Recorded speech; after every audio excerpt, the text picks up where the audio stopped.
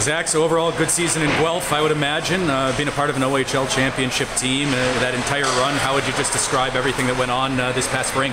It was great. It was a lot of fun. Obviously, it was fantastic to have the opportunity to play with the players that I got to play with in Guelph. We had such a good team that we knew once the playoffs came around, there was no team that was going to beat us in any series. So I think that was a big factor, and it was obviously great to get to play with those players and get to make plays with them.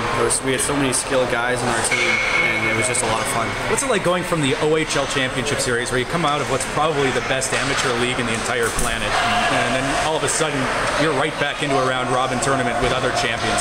Oh yeah, it's obviously different, but you know that you have to raise your game for one game. I think it just puts a lot more pressure on every single game, and it makes every shift that much more important.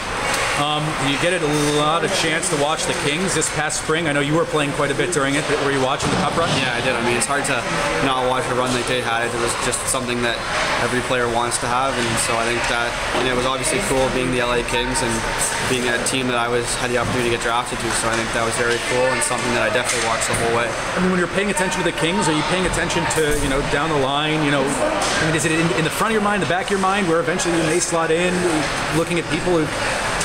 Yeah, obviously the first thing is you have to worry about yourself and what you can do off the ice, but I think for the most part in the playoffs I was just watching the defensemen and how they played and how I can learn from how they played and incorporate that into my game.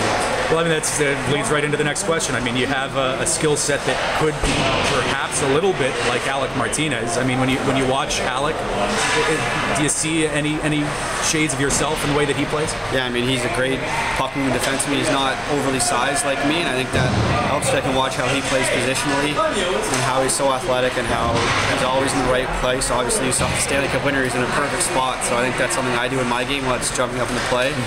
And obviously the great pass that he made to break it out, so I think that's something that I use in my game a lot.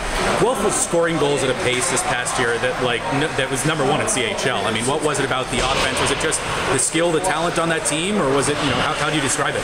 Actually, we had some great systems put in by our coach, Scott Walker, and then obviously our skill just took over, and I think there was a lot of teams that couldn't play. We had so many guys that have been drafted in the NHL that were going to be drafted in the NHL, so I think that just our skill set and our speed that we brought that skill set to, some teams couldn't keep up.